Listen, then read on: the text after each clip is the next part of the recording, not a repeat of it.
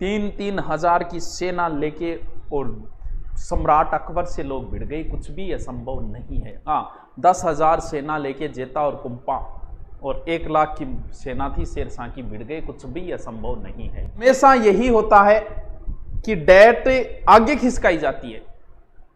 पहली बार ऐसा हुआ है कि डेट पीछे खिसकाती है। अब होता क्या है, ये एक मानव स्वभाव है, आप इसमें कोई किसी प्रकार की कोई टेंशन न ले, ये एक मानव स्वभाव है। जब पहले एग्जाम नहीं आती तब तक बोलते रहते हैं सर डेट नहीं आई, डेट नहीं आई, कब एग्जाम होगी। और जैसे ही एग्जाम नजदीक आती है तब आदमी के अंदर एक फोबिया पैदा होता है। फोबिया एक तरीके का डर होता है, हर इंसान के अंदर होता है वो। आप ये नहीं सोचे कि सिर्फ मेरे अंदर है। पहले हम ये सोचते हैं कि एग्जाम डेट आ जाए, जैसे एग्जाम नजदीक आ जाए तब हम दुआ करते हैं ऊपर वाले से कि हे भगवान बस 2-1 महीना आगे खिसका दे। ऐसा कोई स्टूडेंट नहीं है जिसके मन में ये बात ना आए, ऐसा कोई स्टूडेंट नहीं है जिसे डर ना लगे, ऐसा कोई स्टूडेंट नहीं है जो अच्छी तैयारी करे। भय ही तो योद्धा को सचेत करता है, तो भय सबको लगता है। और पेपर के समय जिसने अच्छी तैयारी की उसे भी डर लगता है कि कहीं फेल ना हो जाए, क्योंकि डर ही तो आदमी को सचेत करता है। अगर डर नहीं होगा उसी दिन आप कहीं ना कहीं गलती कर दोगे। भय से ही तो आदमी ये काम करेंगे तो यार इसका ये है, और जगह नारे देख लिया की वेगी वह मार खा जाए। भय ही योद्धा को सचेत करता। आपको भय लगने लगा कि लो एग्जाम डेट तो पहले आ गई, अब आ गई तो आ गई भी, अधीनस्थ बोर्ड है, कर दिया तो कर दिया, इसमें हम भी क्या कर सकते। जीके में दुनिया का कोई बादशाह नहीं ला सकता। जीके कैसा है, जीके का अध्यापक भी पेपर देने जाए तो वो भी पूरे में से पूरे नहीं ला सकता, क्योंकि ये सब्जेक्ट ही ऐसा है। लेकिन जिस बंदे को मैथ आती है, जिसको रीजनिंग आती है, भाई साहब वो दावे के साथ पूरे में से पूरे नंबर ले सकता है।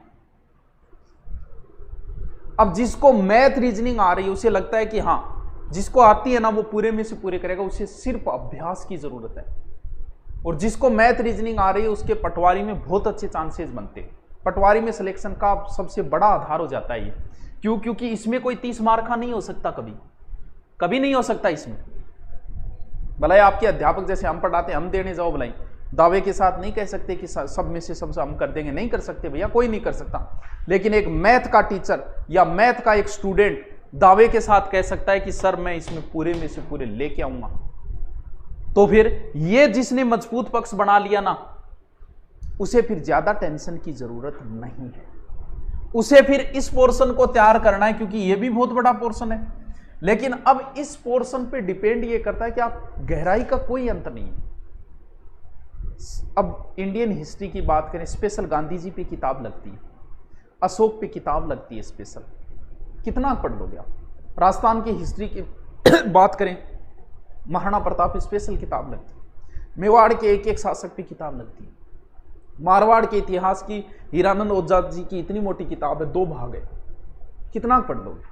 आपके पास जो भी गाइड है, कोई गाइड हो, इससे कोई फर्क नहीं पड़ता, उस एक को ही पढ़ लो 2 बार 3 बार 4 बार, क्योंकि गहराई का कोई अंत नहीं है। जीके का कहीं कोई अंत नहीं है। मौर्य काल पे स्पेशल है, सिंधु घाटी पे स्पेशल, हड़प्पा पे स्पेशल किताबें लगती है, तो आप कितना पढ़ लोगे। तो ये मान लो कि एक गाइड से आप पढ़ते हो, उससे बाहर आए तो किसी के बाप को नहीं आएगा, टेंशन लेने की जरूरत नहीं है। मैथ रीजनिंग वाले बहुत अच्छा अगर इस पे ढंग से ध्यान दे ले, क्योंकि उनका ये पोर्शन तैयार है। और जिस बंदे का ये पोर्शन तैयार नहीं है, भाई साहब इस पोर्शन को स्पेशल तैयार करो, क्योंकि ये एक ऐसा पोर्शन है जिसमें आप पूरे में से पूरे नंबर ला सकते हो। आपकी औकात चाहिए पीछे के आए हुए पर्सन, और ज्यादा, क्योंकि मैथ रीजनिंग का ऐसा सब्जेक्ट है जिसपे ज्यादा अध्ययन करोगे उतना ही ज्यादा आपको फायदा होगा। अब बात आई हिंदी इंग्लिश को कहीं करा गुरुजी, इंग्लिश में तो न्यू ही गरीबी है मारे, बिल्कुल है, सगड़ा गरीबी है। लेकिन आप ये तो देखो कि इंग्लिश में टॉपिक क्या दे रखे हैं। उसने मात्र 4 टॉपिक दिए। एक टॉपिक पैसेज का है। अगर आप अच्छे टीचर से पैसेज, अगर पैसेज गद्यांश पैसेज में से अगर प्रश्न निकालना एक अच्छे टीचर से सीख लोगे ना, तो एक पोर्शन तो तैयार है आपका। बाकी बचा जैसे स्पेलिंग चेकिंग वगैरह, वो तो गहन अध्ययन से चलता है। आप 2 महीने 3 महीने में उस पोर्शन को तैयार भी नहीं कर सकते। तो फिर 2 टॉपिक है, एंटीनिम साइनोनिम, वो रटने वाले टॉपिक है, मुहावरे लोकोक्ति है, वो समझने वाला है। तो 4 ही तो टॉपिक है, कोई लंबी, उसमें आप 2 को अगर लेकर 2 को छोड़ देते हो तो भी आपको, क्योंकि मेरिट कोई सो नहीं जाएगी। पटवारी की मेरिट भी 70 के लमसम रहेगी, ये नहीं सो नहीं जाएगी, कभी नहीं गई। क्यों? क्योंकि पटवार का जीके जो है ना वो अधीनस्थ बोर्ड लेता है दोस्तों। अधीनस्थ बोर्ड का जीके जो है ना वो आरएस से भी खतरनाक आता है। पीछे का पेपर उठा के देख लो, तुम्हें पता चल जाएगा। अच्छे अच्छे टीचर नहीं कर पाते। हाँ, अब उसमें करना क्या, अधीनस्थ बोर्ड किन टॉपिकों पे स्पेशल ध्यान दे रहा है, इस चीज को समझो। एक तो आप स्पेशल पेज बना लो एक अलग से, और उस पेज में जो भी कोई तारीख आए, भला किसी की तारीख आई, जैसे हल्दी घाटी युद्ध की तारीख आ गई, खानवा युद्ध की आ गई, आरपीएससी की स्थापना की आ गई, अधीनस्थ बोर्ड स्थापना की आ गई, राजस्थान राज्य पथ परिवहन निगम की आ गई, सारी तारीखें एक जगह लिखो। अधीनस्थ बोर्ड सबसे ज्यादा तारीखें पूछता है, कोई जोड़ जपोड़ नहीं है इसमें। और बच्चे के आईक्यू का यानी डेट सबसे ज्यादा, और डेट में भी अधीनस्थ बोर्ड, आरपीएससी ने कभी आरएस में नहीं पूछा हल्दी घाटी के युद्ध की तारीख। अधीनस्थ बोर्ड ने और मारवाड़ के गिरी सुमेल युद्ध की तारीख पूछी, कब हुआ, 3 जनवरी, 4 जनवरी, 5 जनवरी, 6 जनवरी, यानी एक्चुअल तारीखें पूछता है अधीनस्थ बोर्ड। तो इसकी एक स्पेशल अलग से 4-5 पेज आपकी जब भी तारीख आए कोई, उस पेज में अलग से लिख दो और उनको बार बार रिपीट मारो। एक अधीनस्थ बोर्ड सबसे ज्यादा कमेंट पूछता है। कमेंट समझ गए क्या? जैसे किसी ने कह दिया कि इस दुर्ग को नीचे से ऊपर देखने पगड़ी गिर जाती है, तो ये एक कमेंट हो गया। हल्दी घाटी के युद्ध को, खमनोर का युद्ध किसने किया, ये किसी व्यक्ति का एक कमेंट हो गया। ऐसे कमेंटों के लिए भी एक अलग से पेज बनाओ और उसमें कमेंट सारे लिखो, क्योंकि अधीनस्थ बोर्ड तारीख और कमेंट सबसे ज्यादा पूछता है। इनको अलग से सेपरेट सेट करो इनको।